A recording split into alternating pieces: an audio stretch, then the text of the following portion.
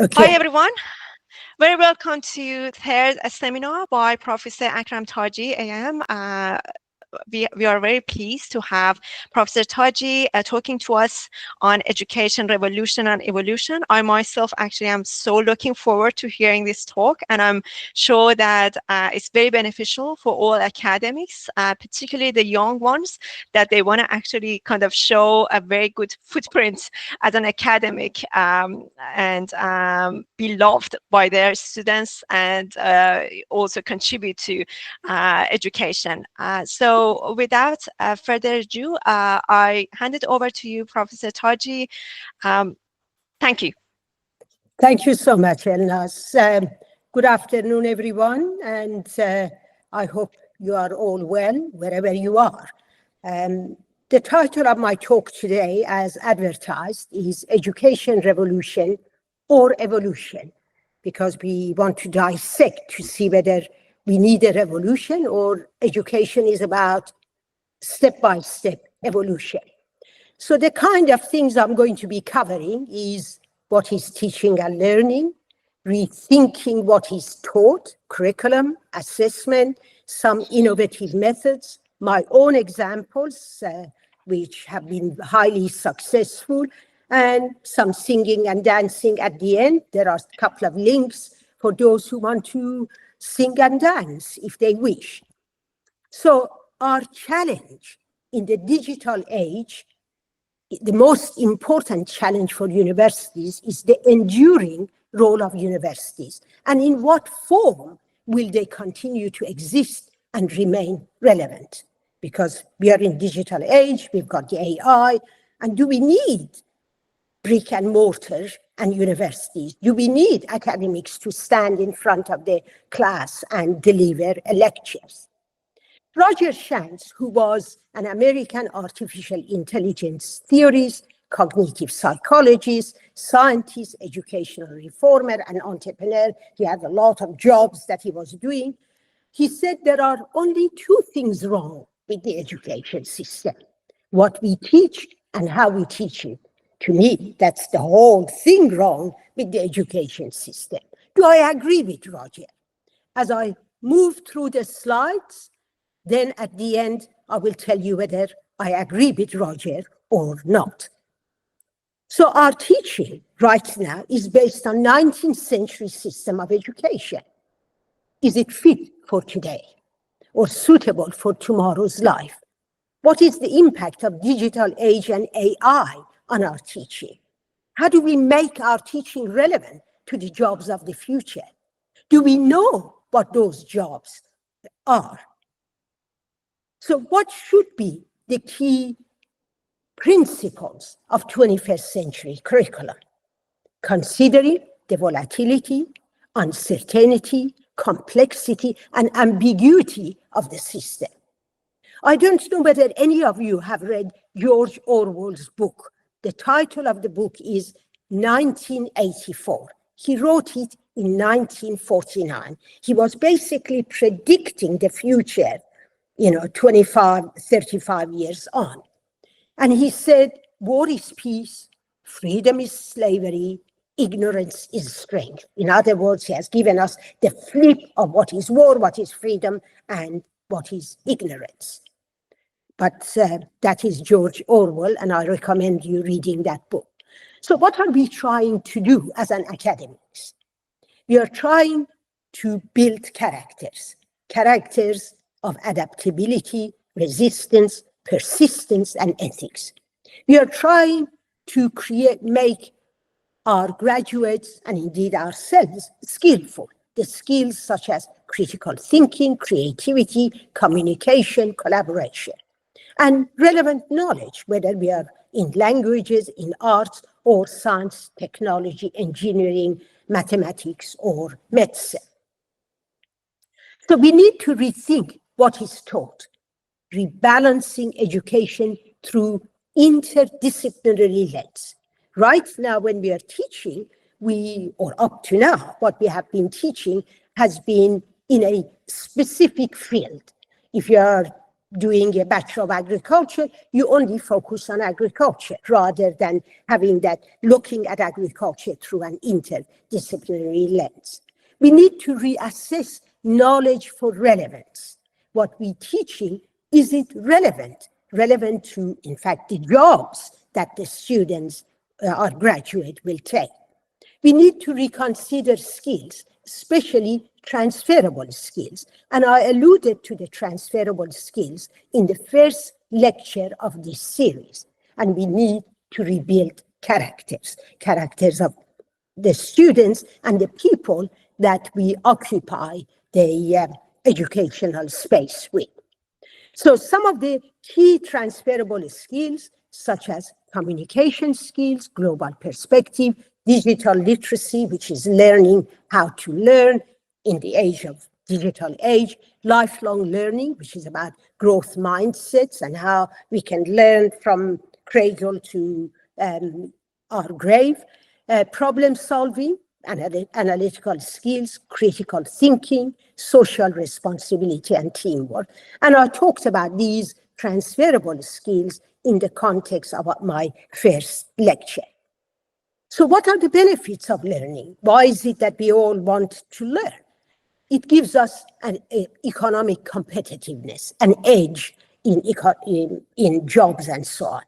It provides us with lifelong personal prosperity, and it allows us to have a better social and environmental well-being. But teaching is not learning. I put this slide here. In fact, my daughter gave this slide to me. And the young boy pointing at his dog, whose name is Stripe, says, I taught Stripe how to whistle. He's telling his friend with the cap, approaching the dog, listening to the dog, and says, but I don't hear him whistling. Then the boy says, I said I taught him. I didn't say he learned it. So because we stand in front of the class and we teach, that doesn't mean our students are learning. When I was younger, I used to think I'm a teacher and I'm here to teach you. Then I thought, as the time passed, I thought, I'm actually a presenter, a facilitator of learning. I'm here to facilitate the way you are learning. Later, I learned that actually good teaching is about collaboration, becoming a collaborator of teaching and learning with our students. But these days, I call myself a provocateur. I'm here to provoke anyone who comes to my lectures, to provoke their thinking.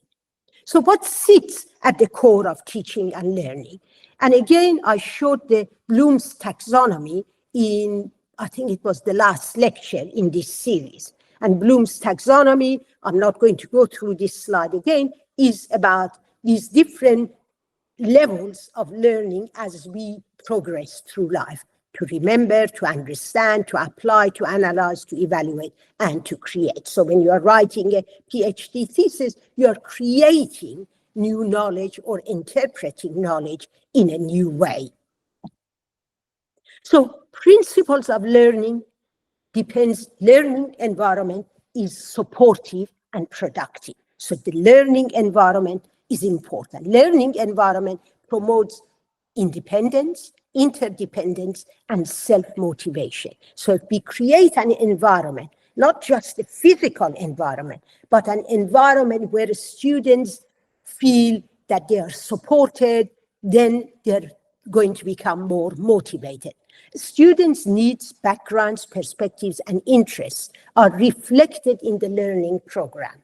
Students are challenged and supported to develop deep levels of thinking and application, and assessment practices are an integral part of teaching and learning. Learning always connects strongly with communities and practice beyond the classroom. So what we learn in the classroom, we should be able to practice it and apply it to our life beyond that classroom. Relevant organization in Australia is involved in course accreditation, quality assurance, and research evaluation. And I have put the link to three important organizations. Any academic should know about Australian qualification framework. Australian qualification framework is about what do we mean by a bachelor degree? What do we mean by a graduate certificate or graduate diploma or a master's or a MPhil, master's with research, or a PhD? The other one is quality assurance. All of our degrees and programs are supposed to be reviewed every 5 years, and that quality assurance is occurring through Tertiary Education Quality Standard Agency, TEQSA. And finally, for research, we have got the Excellence in Research for Australia, which is now under review, and it may change from its present format that we have. So to help us with our teaching, we need to understand the importance of curriculum and assessment. So what is curriculum? Is a plan of educational experiences with clearly stated components offered to learners under the guidance of educational institutions. Curriculum is decided based on the developmental needs of the society. So our curriculum changes. The way our degree programs are changing is based on developmental needs of the society. Effectiveness of curriculum depends on its determinants: philosophical, sociological, political, economical, and environmental. And proper steps need to be followed when developing a curriculum. And those academics, certainly in Australia or elsewhere, they understand what is entailed in the steps of developing a curriculum. So, process of curriculum development is that we design a particular course, we then develop it, we implement it, we monitor it, we evaluate it, we review it, and then we recalibrate it. So because we have developed a unit or a course or a degree program, doesn't mean it is set in stone. That degree or that course should be reviewed and recalibrated every 2 to 5 years. So purpose of curriculum includes all learners' experiences within or outside institution that are included in the programs which has been devised to help them develop physically, socially, emotionally, spiritually, and morally. I alluded to that in the slide before last. Characteristics of curriculums are to realizes the social aims of education. Why we doing what we do. Reflects the social interests and needs of the society. And I indicated that whenever we're developing a course or a degree, we want to make sure that the interests and needs of the society is reflected in that. Is a conduit to social change. Our courses should be creating change. And in fact, the logo of the slogan of the University of Queensland, everywhere you go, signs are up and it says, creates change. Because universities are about creating change through every course that we teach, through every program we offer, through every graduate we graduate. It is dynamic, it's flexible, and it's progressive. Transmits the ideals and values of society, uphold and considered to be inherited by new generation. So it is, again, an evolving and changing as the society is changing.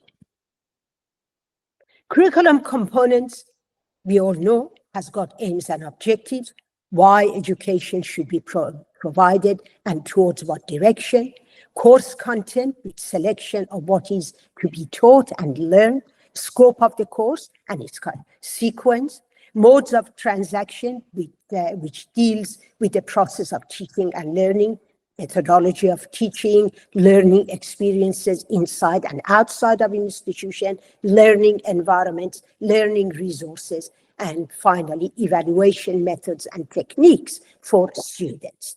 Not only we evaluate students, they also need to evaluate the courses that they take, so we can recalibrate and adjust. So curriculum development, there are 4 fundamental questions, and I've written them in blue. What kind of individuals or employees do we need? What do they learn? How do they learn? And how do we assess the learning outcomes?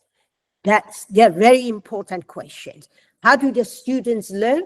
And if you ask students, how do you learn? You will find that there is a range of ways that the students learn. But all that needs to be encapsulated when we are developing our curriculum. And then we have a curriculum checklist. Have the objectives been specified? Are they relevant and feasible? Has the course content been decided?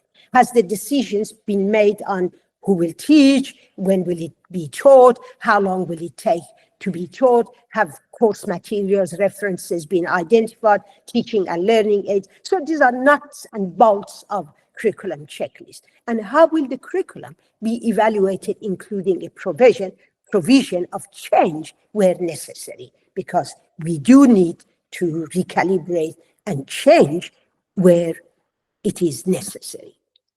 So how does it work? Most universities have got a curriculum development committee. They identify areas for revamping the curriculum. They identify gaps, inclusion, exclusion, etc. Objectives. Pardon me, I've got a bit of cold. Global, national, local, institutional, and individuals. Contents, teaching and learning methods. Assessment and evaluation methods, and curriculum mapping. So evaluation of a curriculum, the source of students we draw from, how do they perform, the social accountability, the job market, supply and demand, and employability. So we look at all those things to see what we are teaching our students is actually relevant and useful.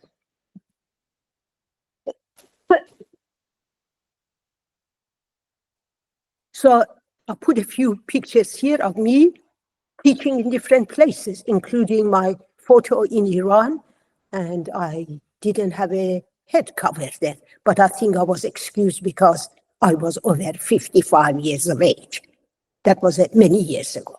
Okay, the next thing is assessment. Assessment is activities undertaken by academics and by their students in assessing themselves that provide information to be used as feedback to modify the teaching and learning activities in which they're engaged. And we've got many types of assessment. Assessment for learning, assessment as learning, assessment of learning, pre-assessment, formative assessment, and summative assessment. And I will tease out some of these issues.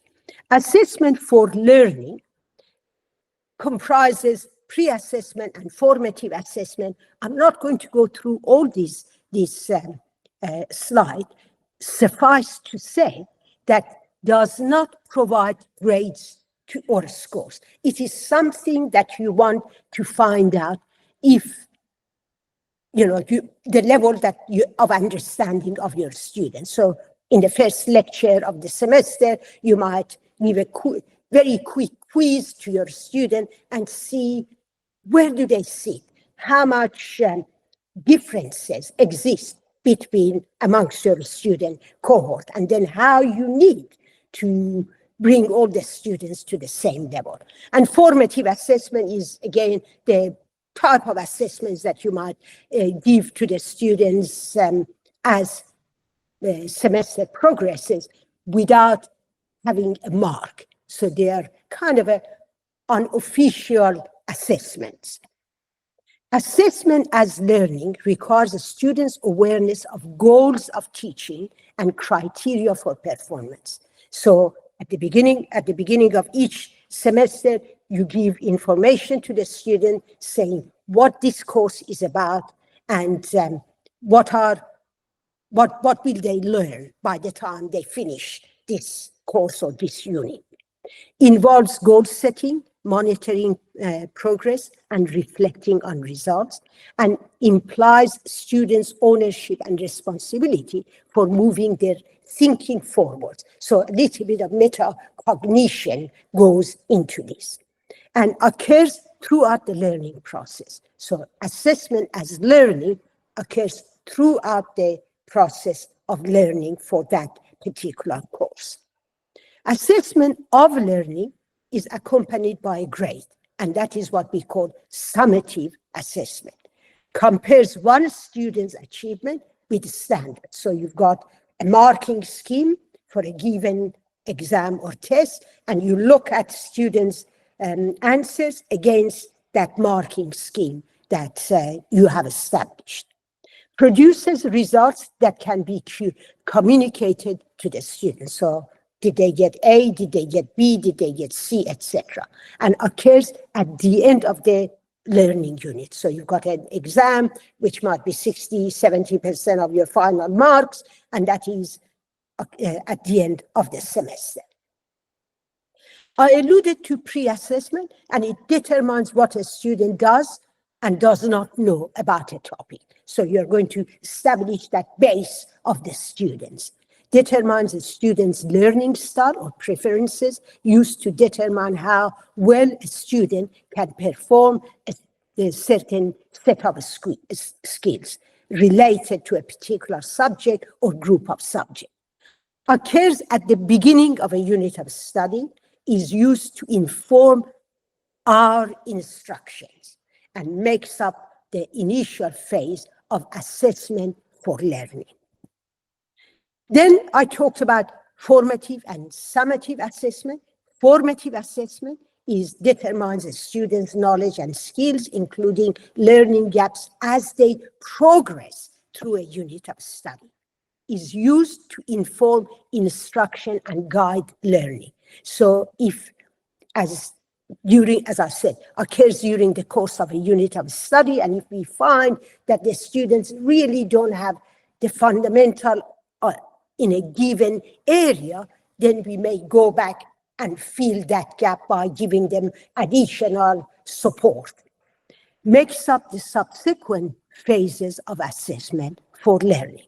Then it is summative assessment, is done at the end of a unit of a study to determine the level of understanding the student has achieved, and normally grades against an expected standard. So that is how you identify whether the student has got a pass, a credit, a distinction, or a high distinction, or indeed the students haven't made the grade and they have failed, or they may need to have a supplementary exam.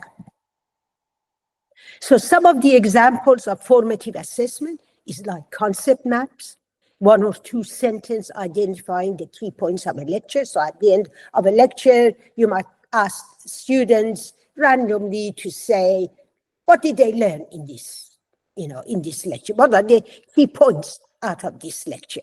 They may write it on a card and give it to you with their name on it, and then you have a look and you see what percentage of the class really grasp what you're saying. And it's, or an ongoing research project for those students who are at a higher level. Summative assessments are the ones that carries a mark, like mid-semester exam, final project presentation, research paper, portfolio, and indeed the final exam. So what are the benefits of assessment? Informative, it improves their learning, identifies strengths and weaknesses, and gauges students' comprehension. Summative gauges understanding of a unit as a whole, comparing student work against standards, and often is high stakes because will they pass, will they fail, will they get credits, distinction, or high distinction? So it has an immense impact on their GPA. And I've given some examples of assessment, like for formative is reflective writing, self or peer evaluation. So they may write something and you might ask their friend to read it and evaluate it, and vice versa. There might be sentence summaries at the end of a lecture, some demonstration, thinking loud, tweets and blogs, whereas summatives are like writing a research paper, writing a research portfolio, observed class presentation or speeches, annotated bibliography, embed a quiz in the Canvas. These days, universities use Canvas, or some universities might still use Blackboard, and comparative analysis of students' work. For example, you can show past papers, 2 good papers, 2 average papers, 2 bad papers to the students, but the name of the students have been removed, to the present students, so they know what they need to work towards. The level of analysis, assessment can be conducted at various levels. It can be conducted at student level, at course level, at major level, at program level, and finally at degree level. And we do require, government requires us that we analyze our degree and programs on regular basis. So processes used in Australian universities: one is to define student learning goals and objectives. We align curriculum with the adopted goals. We identify instruments and measures to assess learning. We collect, we analyze, and disseminate assessment information. And we use assessment information for continuous adjustment and improvement. So these are the kind of things that every academics would do in the unit and the course they teach. More on the process: what will our students learn in our program? What are our expectations? How will they learn it?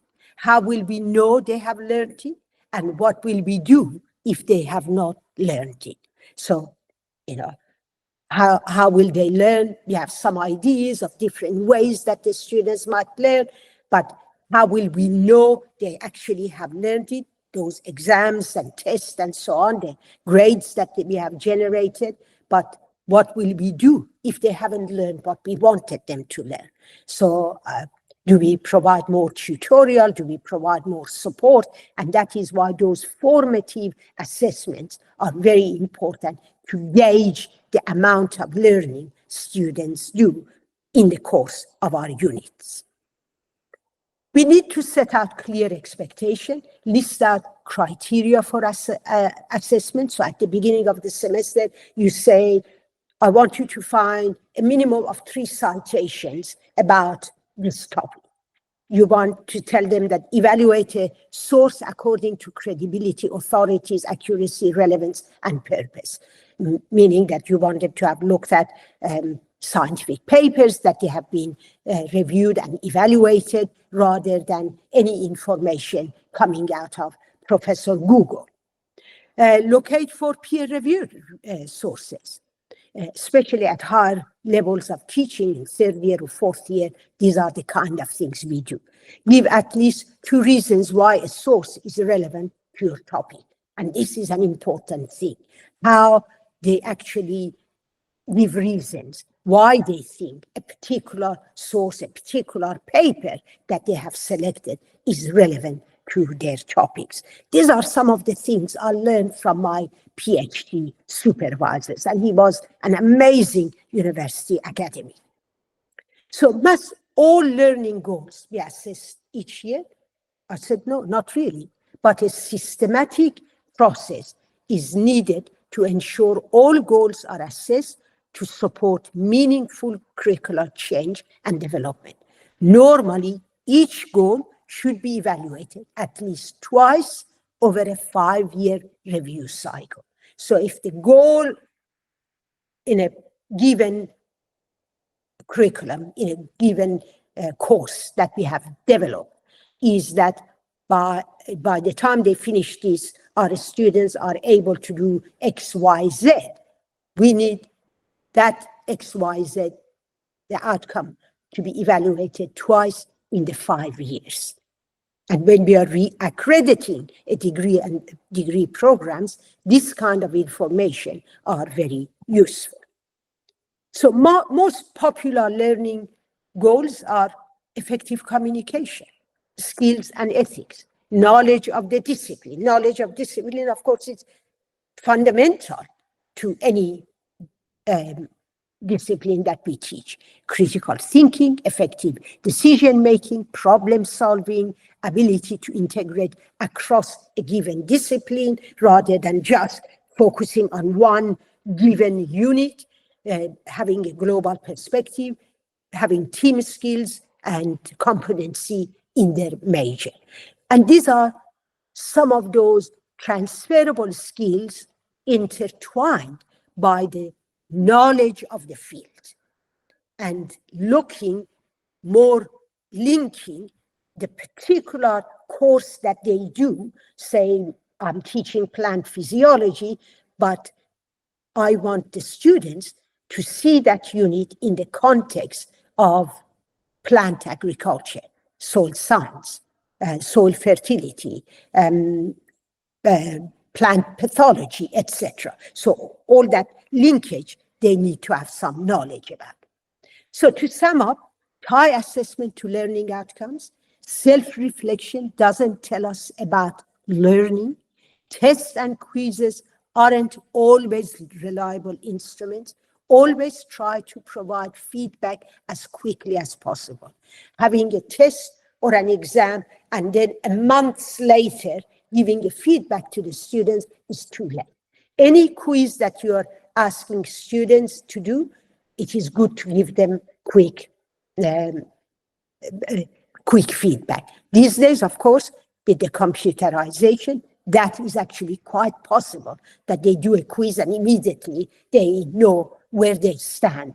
So they understand the base knowledge that they have. Focus on transferable skills. Try to stick to performance-based assessments like essays and worksheets, like authentic learning, and which helps them with authentic learning experience, application of knowledge to skills, and transferability. So if we look at examples of innovative teaching methods designed to equip students with the critical real-world skills they need to thrive in a rapidly changing professional landscape. So that is an important way that we teach. We want our students to thrive in a professional landscape which is changing all the time. And current trends motivated by student learnings that bridges academic theory and real life application. So what we teach them in the class in a theoretical base, how they are applied to real life situation. And that's why I made those two important points bold. There are different ways of teaching and learning. Project-based learning, PBL, and some of you may be familiar with PBL, which is focusing on student-centered learning, teaching essential workplace skills that are sought after by employers in any industries. So in other words, you're teaching students something that applies to the jobs that they may go to. Essential design elements is collaboration with industry partners to identify current real-world problems relevant to the course content. Design projects with clear, measurable learning outcomes.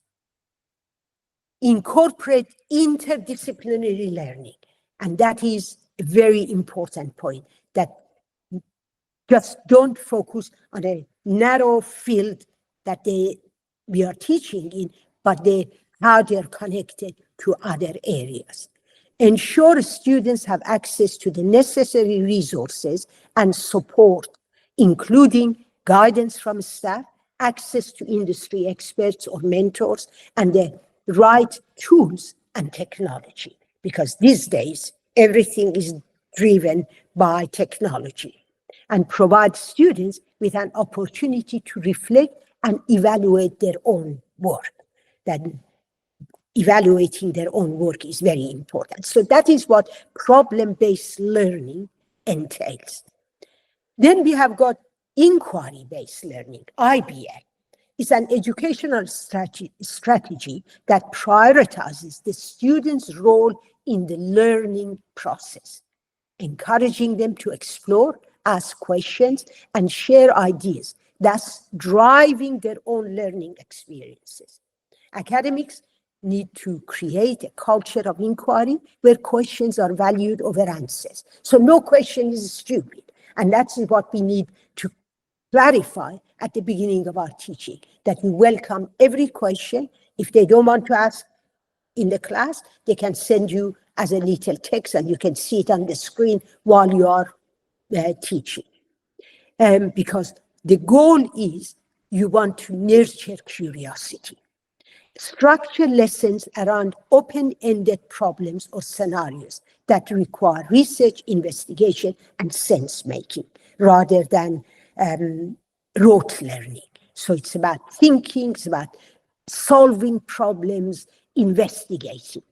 Engage students with problems and scenarios that are relevant to their lives and to the real world. I can't emphasize that enough. The real world relevance is important because that is linked to the jobs that they will take. Provide resources, guidance, and support as the students navigate through their inquiries rather than being the primary source of knowledge. Incorporate collaborative learning and emphasis process over product, because the process of solving a problem is just as important as having a right answer at the end, and provide opportunities for reflection, that the students can think about, okay, how did I go about this? What did I learn? How could I do this better, etc. Flipped classrooms has become a very fashionable way of teaching. In this model, the primary mode of learning switches from passive to active learning. In the flipped classroom model, content delivery and homework are reversed from the traditional order. Instead of using class time to deliver a lecture and assign students independent homework, the flipped classroom model introduces students to new content before class through pre-class activities, while class time is used to participate in interactive application-based learning activities. This shift enables a more personalized learning experience, accommodates diverse student needs and learning styles, and these days we have a huge diversity of students that they attend our lectures, and facilitates personalized feedback and improves deeper engagement with course material. And at the end of it, I think the students become far more engaged. So in other words, the student, you have provided them with the stuff you were going to talk in lectures. All the slides are on the website, on the canvas. They can go and download, they can read about it. They come to the class or the tutorial with the kind of questions that can enhance their learning. Collaborative learning is an approach that involves groups of students working together to solve a problem, complete a task, or create a product. And these collaborative learning or group work are, again, highly desired and used in today's academia. Collaborative learning promotes higher order of thinking and plays a critical role in developing essential life skills such as teamwork. Because when tomorrow the students go to a job, they don't work by themselves. They are a member of a team. So best will be for us to prepare them for that world through collaborative learning or group assignments. So teamwork and communication. Communication is another one, that the teams have to be the members of the team. They have to be communicating with each other, and as indicated here, when implementing collaborative learning, it is important to provide clear instructions and expectation for the group work. Assign specific roles and responsibilities within each group. So you can't just say, these 4 students are in this group and you can go and work on this issue. You need to specify or the students negotiate amongst each other and come and tell you who will do what, and then how they bring that project together. Encourage an atmosphere of respect and support where all ideas are valued, and offer regular feedback and opportunities for reflection, and use technology to facilitate collaboration. These days, the students don't have to be all in university around the same table to collaborate. They can be collaborating. We have got students who are external students, and they're doing a group work with students who are on-campus students. So some examples of collaborative learning includes group projects, peer teaching, jigsaw method, think, pair, share, and project-based learning. And if you Google, you will find more about those things. Then it is the blended learning. Blended learning represents a forward-thinking approach to education, combining the base aspects of traditional and digital learning. It's kind of a hybrid nature, offers a versatile and comprehensive approach to education that caters to diverse learning styles and needs. Effective blended learning environment can be created by utilizing educational technology tools that enhances learning. And these days, there are so many different tools, and different universities use different tools. They have tested and they feel that a particular tool is better for them than others. Choosing platforms that are intuitive, reliable, and accessible to all students. So you don't go and find something that is cumbersome and difficult and not everyone can access. It has to be something that is so seamless and easy to be used by people like me who are not technologically savvy. First, because you have got students of all ages, including students who might be 76 and sitting in your classroom. Fostering interactions in both settings, because it's a hybrid setting, technology and face-to-face, using a mix of lecture, interactive activities, assignments, and assessments to cater to different learning styles, and offering support and resources for both the online and in-person elements. Gamification is another way of teaching that basically you're helping allowing students to learn through interactive games and so on. And that is something that some academics use. I've never used it, but there might be some of you who already use them or might want to try it. But it allows the students to experiment, fail, and learn from their mistakes without real-world consequences. So they play the games on the computer until they learn and they become fluent in it. And then they apply it to a real-world situation. Then the last one, I think it's in these ways of learning, is experiential learning. Is based on the cycle of experience. Students immerse themselves in a hands-on experience, reflection, they reflect on that experience, conceptualization, derive insights from the experience, and application. Apply those insights to a new situation. Through experiences such as internship, service learning, some fields like nursing, they have got service learning, teaching, they have got service learning, optometry, they've got service learning. So through service learning, field work, and project-based tasks, students are able to acquire knowledge, skills, and values from direct experience outside a traditional academic setting. So these are just some of the ways that we can help our diverse population of our students, whom we have these days, to be able to learn better and deeper. There are more informal learning spaces, function of the library, and I will quickly go through these ones. Cooperative education or industry partnership, learning spaces, role of technology, mentoring and coaching, and then I will sum up at the end, giving some of my own teaching examples.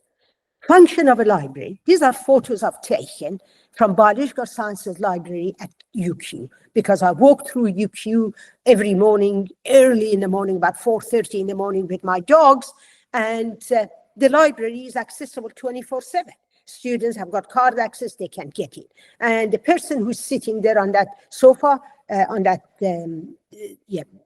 bench, is Professor Takashi Ikeda from Meiji University. He was visiting me, he was staying in my house, and we went and looked at the library and so on. And as you can see, libraries are very colorful. No longer are big sign at the beginning of entry to the library when I was students saying hands up and saying be silent. Silence was written on big letters at the entrance of the library.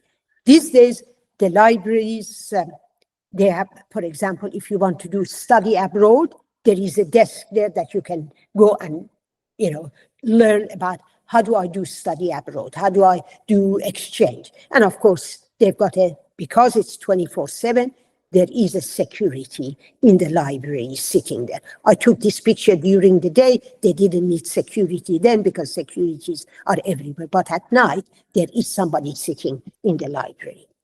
One of the important things that a lot of libraries have these days have got these capsules that you can see here, that it's called Rest and Rebuild Your Energy Levels for Work or Study. So the students can go there, music is playing, the students pull the hood over their head, and they just lie there. They might be reflecting on something they have read. So the libraries are not just tables and chairs and little sort of a booth where the students can go and sit there and head down and individually study, but it is places for reflection and different ways of reflection. And this is one of them, are these lovely energy pods that the students can use. There are small tutorials that the students can use. And in the picture above, you can see a tutorial, but there was a student sound asleep on the bench of that tutorial room.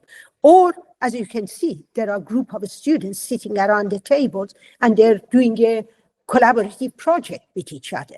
These are pictures of UQ library that the students sitting on the ground floor is very noisy. A lot of students, they're all talking, they're all trying to sort out their project. Then we've got other ways of education. So education is not just that you enroll in a Bachelor of Engineering and you go to the lectures and you go to the practicals and you do this, that, and the other, and you finish. Cooperative education has been around for quite a number of years, and University of Waterloo in Canada is renowned, and in fact was one of the very first universities establishing co-op education or cooperative education programs. And co-op is an educational model that allows students to alternate their academic studies with paid, relevant work experience in their field of studies. And our underlined relevant is that because if you are doing engineering, you might start your degree, do a semester full-time, and then go and work in an engineering company for a semester, half-time, and continue with your studies half-time. So they have set up the degree program in such a way that you are learning, you are earning, you are working at the same time. Then, some years ago, when I was at University of New England, our Vice Chancellor asked me to establish what is known as WIL, Work Integrated Learning Program. Now, Work Integrated Learning Program is an opportunity for academic and practice-based professional learning within a work environment as part of a student's formal course of study. And WIL helps the students to network and form working relationship with practitioners, consultants, and suppliers within the industry, see what is required on a day-to-day basis in a given field, experience a project from beginning to completion, expand students' business, personal and academic skills, and help students to be more competitive when graduate. So the objective of whether it is cooperative education or work-integrated learning is that to give the edge to the students. So tomorrow when they graduate, they already have got a portfolio of work experiences, related work experiences, that then allows them to apply for better jobs and well-paid jobs. So in work, we created at the University of New England, I created a unit called WIL, Work Integrated Learning, which I applied it to agriculture related fields, and then it went global across the whole university. So meaning that the students who are studying agriculture, we linked them up with whether it was a farm that they went to, whether it was a greenhouse that they went to work in, or whether it was a feedlot because they were interested in animal science. And somebody had to be supervising them at their workplace. We have to supervising them on the campus level. They have to write reports, they have to write essays, what they learn, how they learn, all those kind of things had to be embedded in the work integrated learning. Internship and work experience is another one that these days are very sought after. Internships are advanced level independent study units that develop students' skills through workplace learning. So students during summer, they might have an internship with a particular company or government department. For research students, is short-term placements in an industry setting and are aimed at providing students with industry experience and work-related skills while students' thesis is under examination. So we do this kind of things, especially for master's and PhD students. They have finished their thesis, so we put them with an organization where they can go and do some research.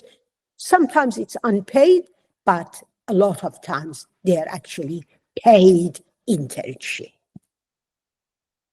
So we learn better when our learning spaces are conducive to learning. So innovative learning spaces are important. Spaces is an agent for changing teaching practices. The traditional triad of teaching methods, lecture, tutorial, and laboratories no longer represents the reality of university teaching. That's how I learned. We went to lectures, we went to tutorials, we went to prac classes. In the morning, we had lectures. In the afternoon, we had prac classes and a tutorial. And when I did my PhD, I was a demonstrator, a tutor for my PhD supervisor. So I would go to the biology, first year biology, we would do the biological practice, and then we take small group of students and we would run a tutorial. So, but these days, that is not the best way. Therefore, the traditional, as I said, the traditional triad of teaching space, lecture theaters, tutorial rooms, and laboratories has expanded into a diversity of spaces designed for learning in the 21st century. Innovative, technology-rich spaces excite both the teacher and the students to interact, collaborate, create, and engage both inside and outside formal classrooms. So there are types of learning spaces. There are collaborative learning space, connected learning space, flexible learning space, and informal learning space. So this is a collaborative learning space. And in fact, the slide on the bottom is from one of the collaborative learning spaces we have at QUT. So at the end of each desk, as you can see, table, there is a computer screen. Students, 4 or 5 students can sit around the table with their own laptop. They're discussing something, and their answers individually they can feed, and then it will be all gathered into the big screen, and then they feed all that to the tutor who's sitting on this in the middle of the class, and then they will put that slide, the information they've gathered onto the big screen so everyone else can see.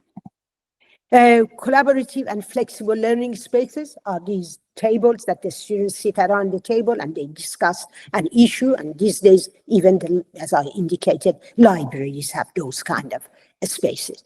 Connected learning spaces is when you are teaching across 2 or maybe 3 campuses. So many universities have got more than one campus. So you are on this campus, the students are there, and you can see and hear them and so on.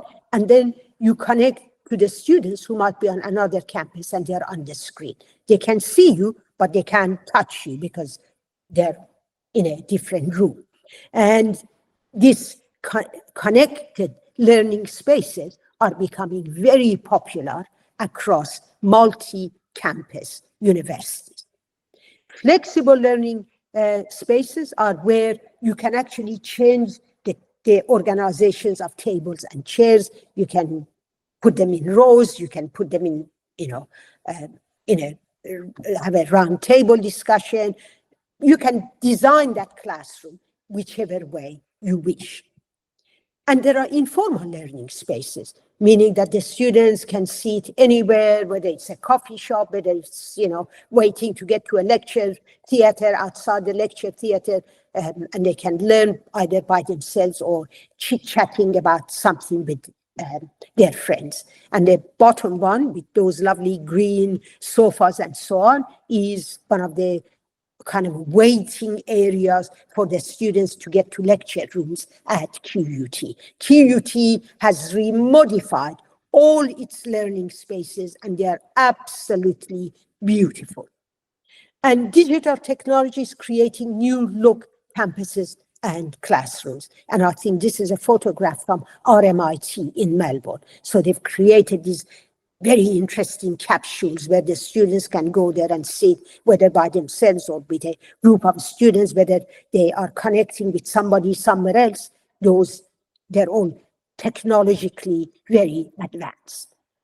So strategies used to create flexible learning spaces is important to involve students in the design of classroom, promote collaborative learning engagement, design with flexibility and agility in mind, that how we can easily change those spaces, stay ahead of the curve by implementing new technologies, keep it personalized by letting students shape their own learning experience and engage the teachers on the journey.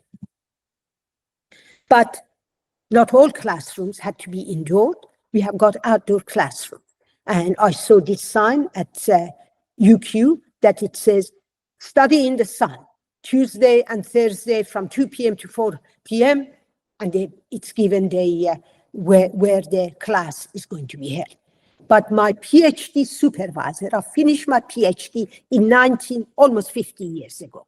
And I remember in 1976, 77, my PhD supervisor used to say, we are going to have tutorial on the law. Not in the classroom, but they would go outside, the students would go outside, and he always invited me to join because he wanted me to learn from how he was teaching by the lake, So utilizing the lovely outside environment is actually conducive to good learning. We can use advanced technologies. And I'm not sure how many of you are using the light board, but I'll put the link in there so you know how the light board works. And the picture here is from one of my young colleagues who is at University of New South Wales in the Faculty of Design. And she is one of the front runners of the use of light board in her teaching and learning. Other advances in technology, education customized to our genome. These days, these are the kind of things we talk about.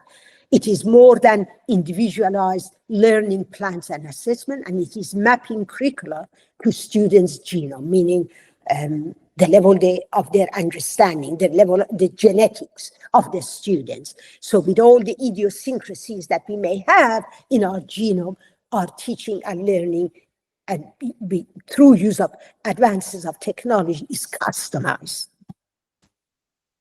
High-tech and high-touch landscape, we can use virtual reality, augmented reality, mixed reality, use of mobile apps and social media platforms, cloud computing, big data. These are all now being used in teaching and learning.